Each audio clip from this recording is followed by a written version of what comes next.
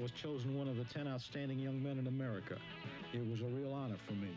I was very moved.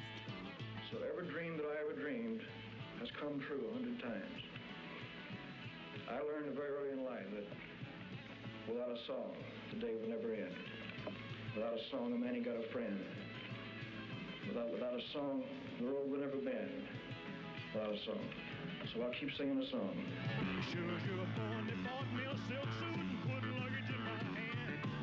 And I woke up high over Albuquerque on a jet to the promised land.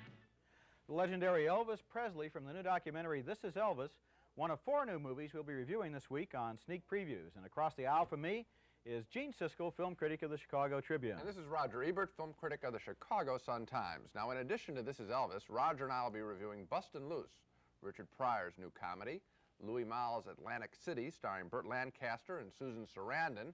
And now Roger begins with Alan Alda's The Four Seasons. Well, Gene, The Four Seasons is one of the best and most intelligent comedies of the year so far. And it's a 3-way achievement for Alan Alda, who not only stars in this movie, but also wrote and directed it too. It's the story of 1 year in the lives of 3 married couples who make up a happy little band of close friends, for a while anyway. They have a ritual of 4 vacations a year together, 1 for each season. And here they are in the spring of the year when the film begins. They're having such a good time that Alda wants to do something goofy to make the occasion unforgettable. What are you doing? Hey, oh, hey! I'm gonna make a toast. Again? Another one? Here's to us. Here's to apple trees. To cheese. Here's to cheese. And wine and bread and laughter and life itself. It's beautiful. Sit down. What, again? I don't want to let this afternoon disappear without something to remember it by. Some memorial of our affection for one another. Yeah, terrific, but just don't wave your arms, okay? This is for all of you. So that we'll never forget this day. Yeah.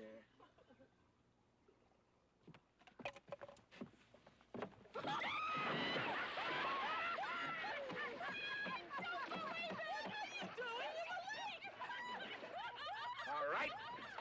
I accept that gesture from our friend. But he's not going to be alone in doing it.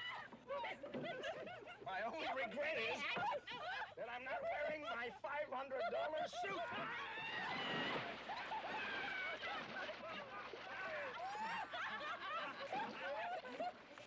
I'll just jump in with my bread.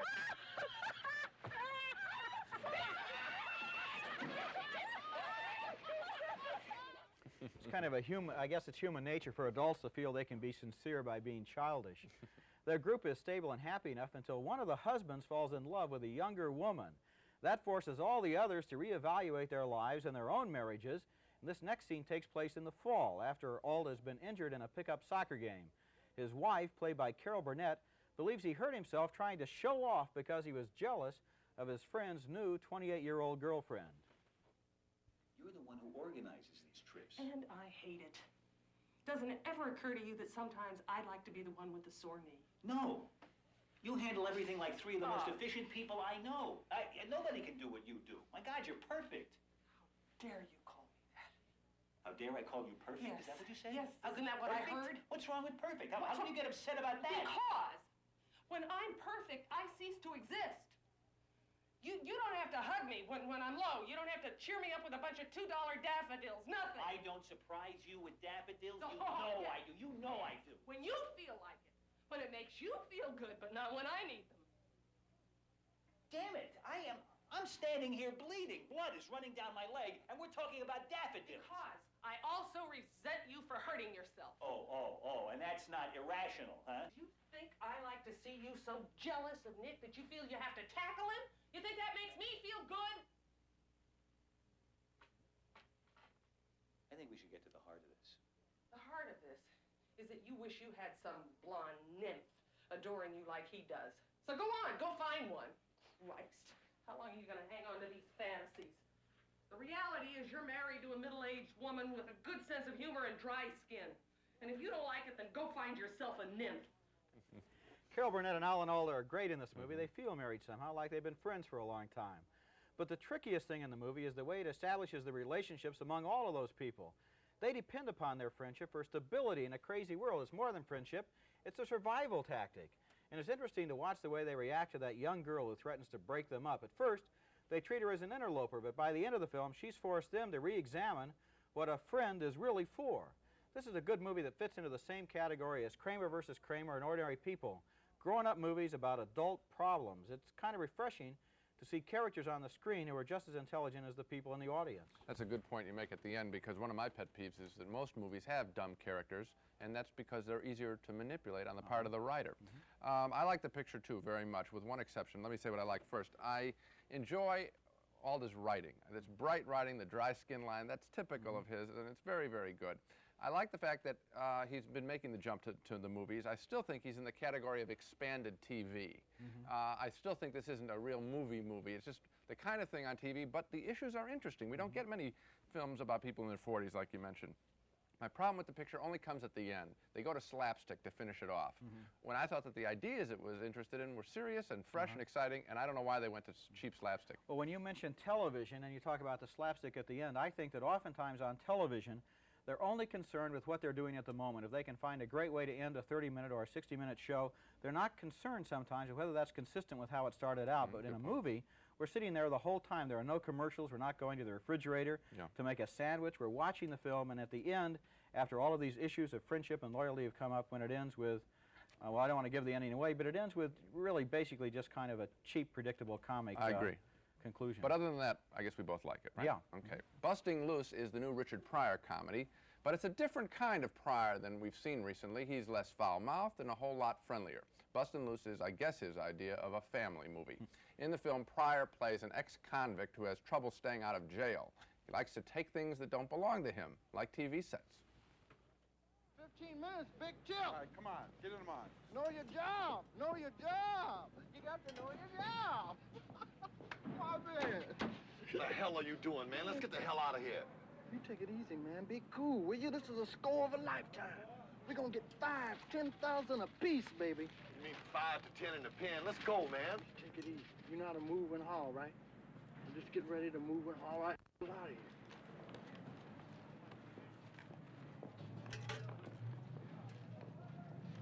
You know, my man.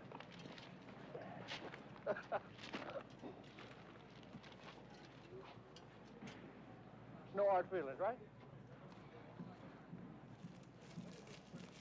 Right. All right, move it. Load that big screen TV. Now this bimbo wants the floor demo out there. So what's the problem? Give him whatever the East Philly store needs. Just mark it down. Will you at least check the registration to that truck out there? What? Registration? Wait a minute. Do I have to take this kind of abuse, man? Because I'm black? Is that why you pulling this? Because I bet you don't do it to the white people that come in here. Hey, I bet you don't do it to the white people that come in here, do you? No, we don't see television anymore, right? Okay, just calm down. We're having a sale down the East Philly store, man, and before the riot sale, black people are getting a chance to buy a television for the first time since the 60s, and this guy want to mess it up. When I'm moving this, if you want to help me, you help me. You don't have to. Get out of my way, man. I'm man. See what you did, man. Now, give me a hand with this. Let's go. Are you gonna? Come on, you've embarrassed me enough. Let's go.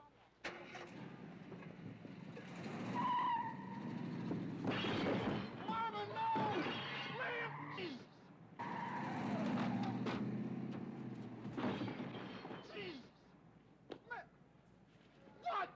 What you gonna, what are you gonna, huh? What it is? What it look like? No, baby. What you gonna do? I'm gonna knock you out. Well, shoot your best shot, baby. He's wonderful. Pryor is arrested and brought before the judge. Shades of stir-crazy. He manages to get a reduced sentence that requires him to take a busload of problem children cross-country from Philadelphia to the state of Washington.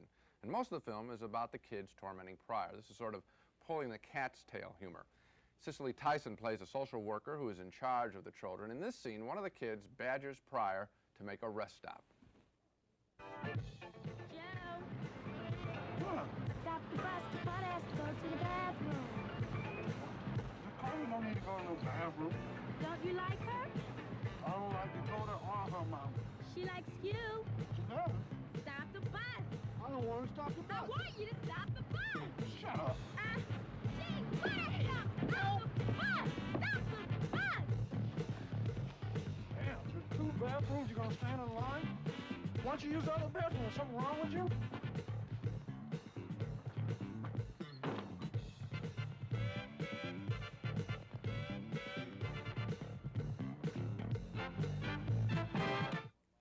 Pryor is more calm in this film than in many of his others, more lovable and friendly, less wild and manic. That isn't the way, though, I like Richard Pryor, but even with his comic arm sort of tied to his sides, he's still funny enough to make Bustin' Loose worth seeing.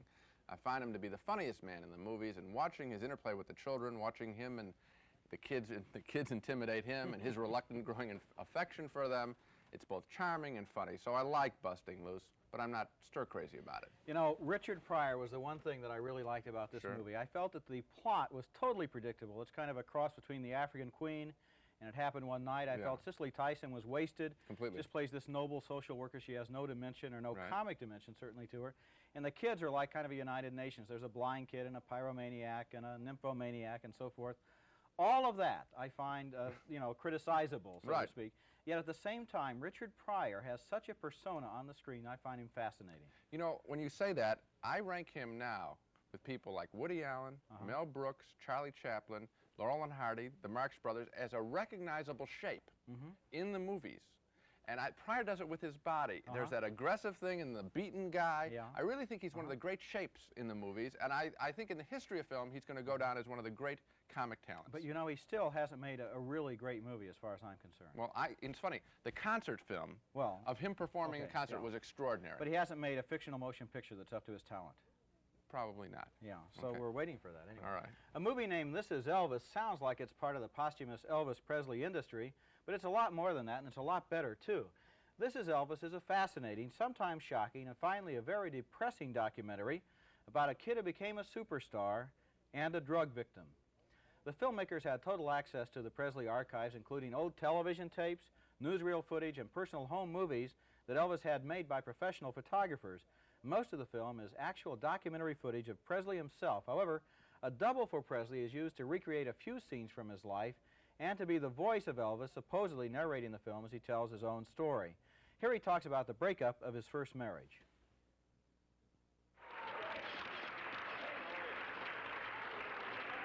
Sit down. First of all, I plead innocent of all charges. Is your wife Priscilla with you? No, she's not. Priscilla and I were hardly ever together, and even when we were, things weren't the same. One day while I was playing Vegas, Priscilla came to tell me she wanted a divorce. At first, I was angry and hurt.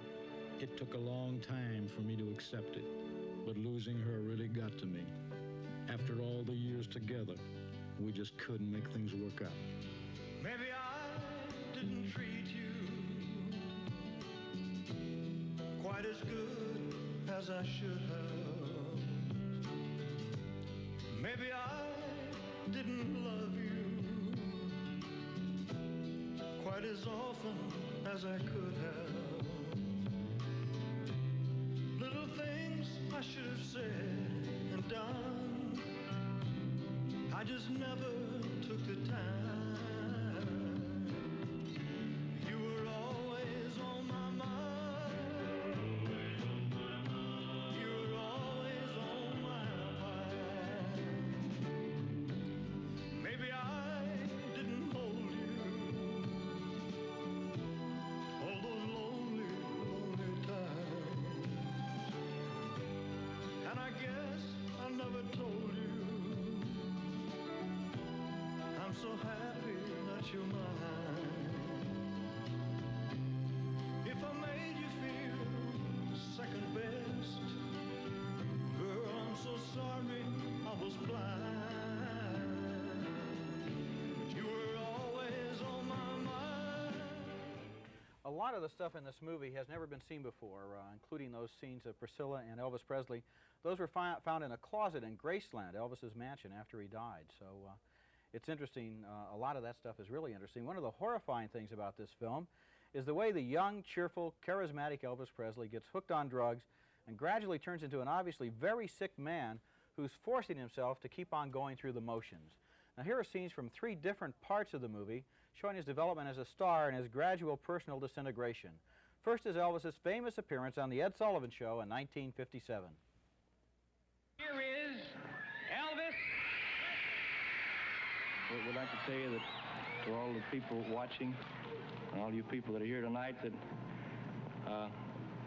we really are I'm thankful for all the success that you made us have and everything. This is my biggest record, and it goes something like this.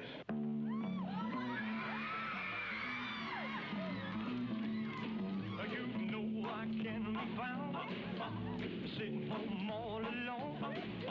If you can't come around, at least please telephone. In 1960, when Elvis returned to the States after 2 years of Army duty, Frank Sinatra welcomed him back on a TV special. We work in the same way, only in different areas. Love me tender, love me sweet, never let me go. You have made my life complete, and I love you so. Those fingers in my hair, like come hither stare, that strips my conscience bare, it's foolish fair. At the film's end in 1977, an obviously very sick Elvis Presley tries to pull himself together. His bodyguard, Joe Esposito, describes Presley's condition.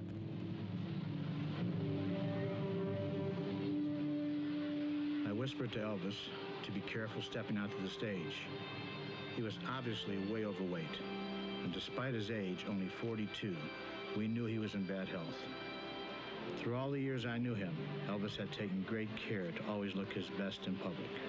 It was tough for him, but now Elvis accepted his appearance, and so did his fans.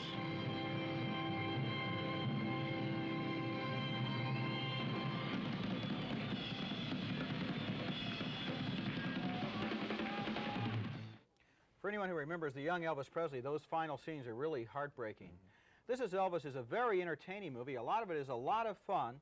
It's a chapter of American popular music history, but it's also the story of a man who was destroyed by drugs, even though and maybe because he was surrounded by money and friends and fame. As his bodyguard, Joe Esposito, says, how can you help a man who doesn't want to help himself? The film ends at one of Presley's final concerts before he died, with Elvis forgetting the words to My Way and barely making it through Are You Lonesome Tonight. He could still sing all right up to the end.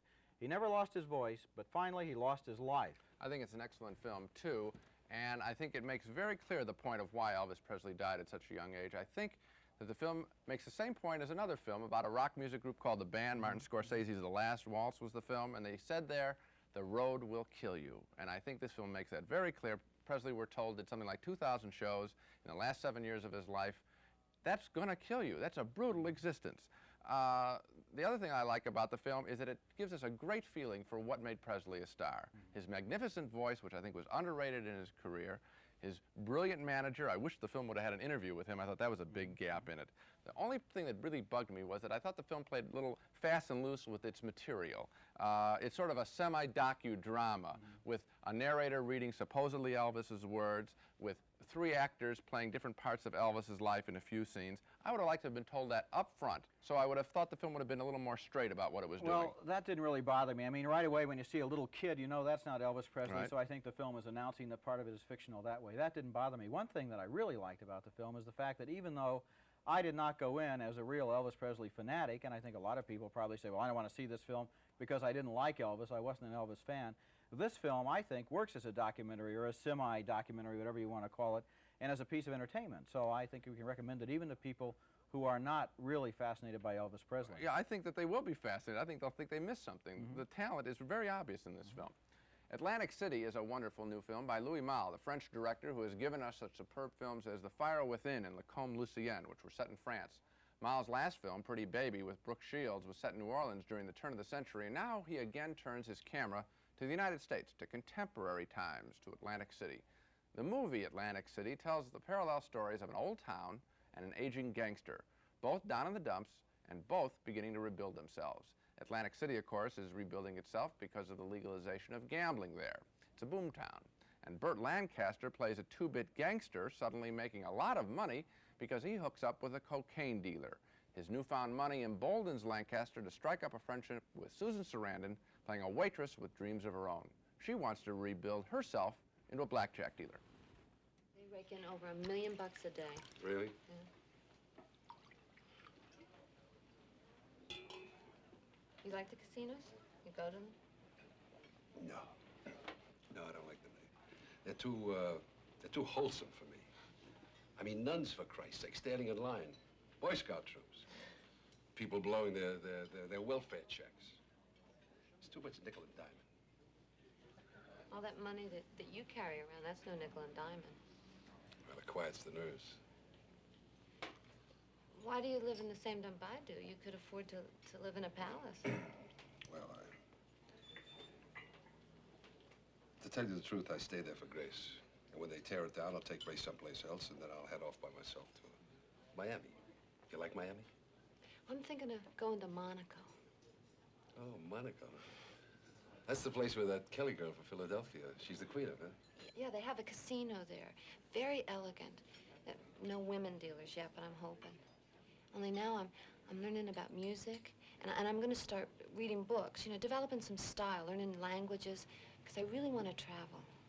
You, thinking of leaving Atlantic City? Not for a couple of years. I got to develop my blackjack. I'm going to deal my way to Europe, to Monte Carlo.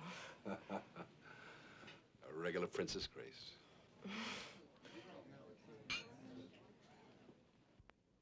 Their relationship eventually is strained because of the root of all evil in Atlantic City, money. Sarandon believes she has claimed a part of Lancaster's dope money, and they argue about this in front of amazed spectators at a casino. You're playing with Dave's money. I'm owed it. Madam, please, if you're not going to play, you'll have to leave the table. Sit down and be quiet. Oh, yeah, you're buying me roses? I'm getting fired from my job. I'm supposed to sit here like some Vegas bimbo? Look, mister, I've got hoods beating the out of me. If I'm going to get beat up for money and drugs, then I'm going to have that money and drugs on me. Don't touch the suit. You're like Dave gone senile. Madam, you'll have to go. Look, I trusted you. I'll take care of her. Look, he took my money. Make him give me back my money. But I want my money. Atlantic City turns out to be a wistful film, an odd love story, and it's full of the details of the American national character, everything from our love of business and the self-made man to our love of guns.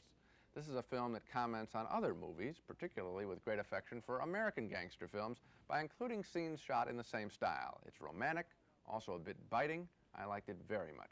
I liked it very much, too. I sat there in the theater, and what gave me the most delight was the fact that as it unfolded from moment to moment, it was happening to me all new. I didn't know what was going to happen next.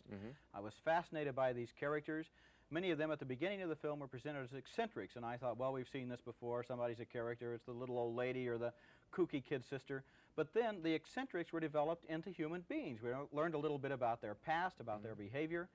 I really just felt from beginning to end that I was in the hands of a filmmaker who really wanted to give me a new experience. I loved it. Well, I'm impressed with the fact that foreign directors, when they've come to America, have not always met with great success. No. There have been a lot of directors, Michelangelo and Antonioni, who have stumbled badly when they've come here. Mal, now with 2 films, Pretty Baby and Atlantic City, seems to have a real good sense of what's going on in this country, and I admire him for it. You know, I thought something of the same thing. There's scarcely been an American movie in the last year or two that has shown such an attention to the details of American life as this one by a guy from France. Well, here's a dog from America, I think. It's Spot the Wonder Dog barking his way into the balcony with the week's worst movies, Dogs of the Week. Gene, my dog this week is actually a new promotional gimmick. It's called Odorama, and it's being used to sell the movie Polyester, the new sleaze epic by John Waters, who makes midnight cult films. He's most famous for the outrageous movie Pink Flamingos. Polyester stars Divine, a 300-pound transvestite, opposite Tab Hunter in his movie Comeback, in the story of a frustrated suburban housewife's search for happiness. Polyester is weird, offbeat, and funny. I kind of liked it, but it's no ordinary movie. This is the first scratch and sniff movie. It has a promotional gimmick in it called Odorama, which means that you get this card with 10 numbers on it when you walk into the theater, and every time you see Divine sniffing the air on screen, a number flashes and you scratch and sniff the corresponding number on the card. Now let's see, number 1 is perfume, number 4 is oregano when they get the pizza, and number 5 is gasoline. And Spot, I don't think you'd have any trouble recognizing number 2. I hope Odorama doesn't catch on. By the end of the movie, the theater smells like an explosion in a garbage dump. Okay, so you're knocking not the movie, but the card. Right, Gene, this is for your files. Thank you very much. You know, my problem when I saw the picture was I couldn't tell the difference between the pizza and the gasoline. My dog this week is yet another mad slasher movie, Happy Birthday to Me, in which a bunch of students mysteriously disappear one by one until there's only one person left who could possibly be the killer. Melissa Sue Anderson stars as a young co-ed who bears a lethal grudge against her parents because of a rotten birthday party her mother gave her as a kid. She talks with a psychiatrist, Glenn Ford, about her problems, but that doesn't help much. Maybe she should have gone to Judd Hirsch in Ordinary People. This is a disgusting, needlessly gruesome film full of stabbing, slashing, brain operations, and people being skewered like shish kebabs. Seeing it is a total waste of time. It was one happy birthday party where I wanted to make the wish and blow out the projector. Well, so much for the dogs. Now let's take another look at the major movies on this program. And Gene, I think this is the first program in about 2 years where we both agreed that we liked all of the movies on the show. Right. We both admired Four Seasons, the Alan Alda comedy about middle age, marriage, and friendship. 2 big yes votes for that one. We both recommend you see it. Bustin Loose starred Richard Pryor in the story of a bus driver on probation saddled with 8 untamed kids. And although we both had some reservations about the very predictable storyline, we recommend it too. This Is Elvis is the documentary about Elvis Presley's rise to stardom and then his self-destruction. We both found it entertaining, fascinating, and finally pretty harrowing. And 2 more very strong yes votes for Louis Malle's Atlantic City, the bittersweet comedy starring Burt Lancaster and Susan Sarandon in the story of some offbeat characters in a casino boomtown. And you know, Gene, we already just talked about Atlantic City. I like it so much. There are 3 lines in it that I really love. One is, teach me stuff. One is, I don't believe in gravity. And then, don't touch the suit. That's a good one. I agree. And I think it's also the best film on this list. Yes, that's the one I'd see first of all of these pictures. That's it for this week. Next time on Sneak Previews, Roger and I will review Outland, starring Sean Connery as a sheriff in outer space, The Legend of the Lone Ranger, a retelling of the masked man's life story, and Take This Job and Shove It, a story about a man trapped on a corporate ladder. Until then, we'll see you at the movies.